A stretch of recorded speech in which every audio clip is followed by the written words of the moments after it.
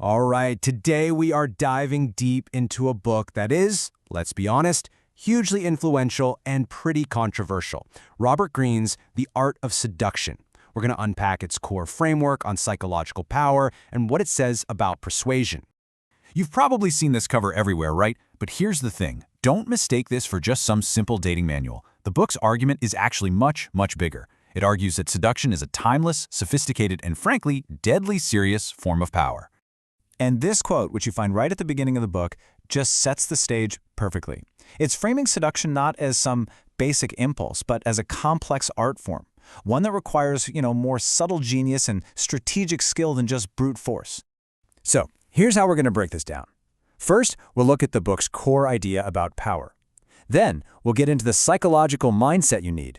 After that, we'll explore its two main pillars, the different seductive characters and the step-by-step seductive process. And we'll finish up by looking at the book's broader and kind of immoral implications. Okay, let's jump right in. The book's whole premise really starts with a look at history. Greene's point is that as societies got more civilized, you couldn't just use overt violence and force to get what you wanted anymore. It just became unacceptable. So, this big shift created a kind of power vacuum. It basically demanded a whole new, more indirect way of influencing people. And this new way wasn't based on coercion or threats, but on pleasure, charm, and some very clever psychological maneuvering.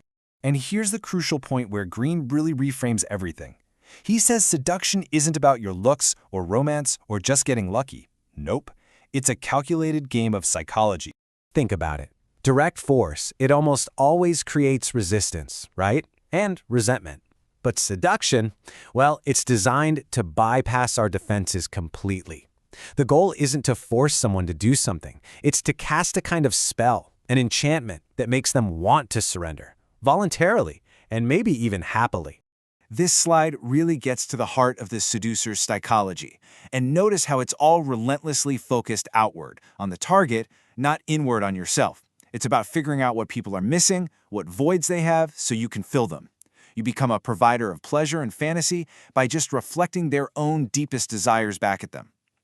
Seeing life as theater gives you the distance to play whatever role is needed. And of course, you strategize everything. Nothing is left to chance. And all of this, it happens in a space beyond good and evil. Okay, so let's get into the first major pillar of Greene's framework. This is the idea that any real seduction doesn't start with a clever line or tactic. It starts with the character, the persona that you project. The book lays out 9 of these distinct archetypes. You've got the rake, the coquette, the star, and so on. The idea is that each one radiates a specific, really compelling quality that naturally draws people in and just lowers their defenses before you even make a single move. And to really get a feel for this, let's just zoom in on one of the most powerful and honestly ancient archetypes the book talks about, the siren. So the siren is basically presented as the ultimate male fantasy figure. She embodies this dangerous, theatrical, and very highly sexualized presence. Greene uses historical figures like Cleopatra as his main example, arguing that the siren offers a complete escape into a world of pure pleasure, freeing a man from all the boring responsibilities of his normal life. And what this shows is that the siren persona isn't something you're just born with. No way. It's a construction. It's built on these carefully cultivated physical elements, an intoxicating, calm voice, a dazzling, almost theatrical appearance, and this deliberately graceful, unhurried way of moving that just suggests you have all the time in the world. So, once you've established your character, Greene introduces the second pillar, this incredibly detailed 24-step process that's organized almost like a strategic military campaign. The whole process is broken down into 4 very distinct phases, and each one is designed to methodically, step-by-step, break down a target's defenses. You start by just stirring interest, then you move to creating pleasure and confusion, then you deepen the emotional effect, and finally, you move in for a complete surrender. And inside those 4 phases, you have these 24 specific tactics. They start with these seemingly innocent moves like create a false sense of security, but then they progress to more disorienting stuff like send mixed signals, and finally to some pretty dark strategies like isolate the victim. All of it is aimed at creating this intense psychological dependency.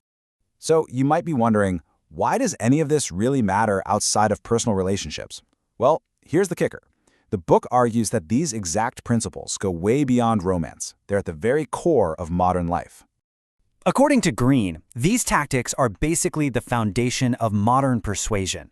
We see them everywhere, in politics to build charisma, in marketing to create desire for a product, and in all kinds of social situations where influence is the name of the game. The soft sell has totally replaced the hard sell.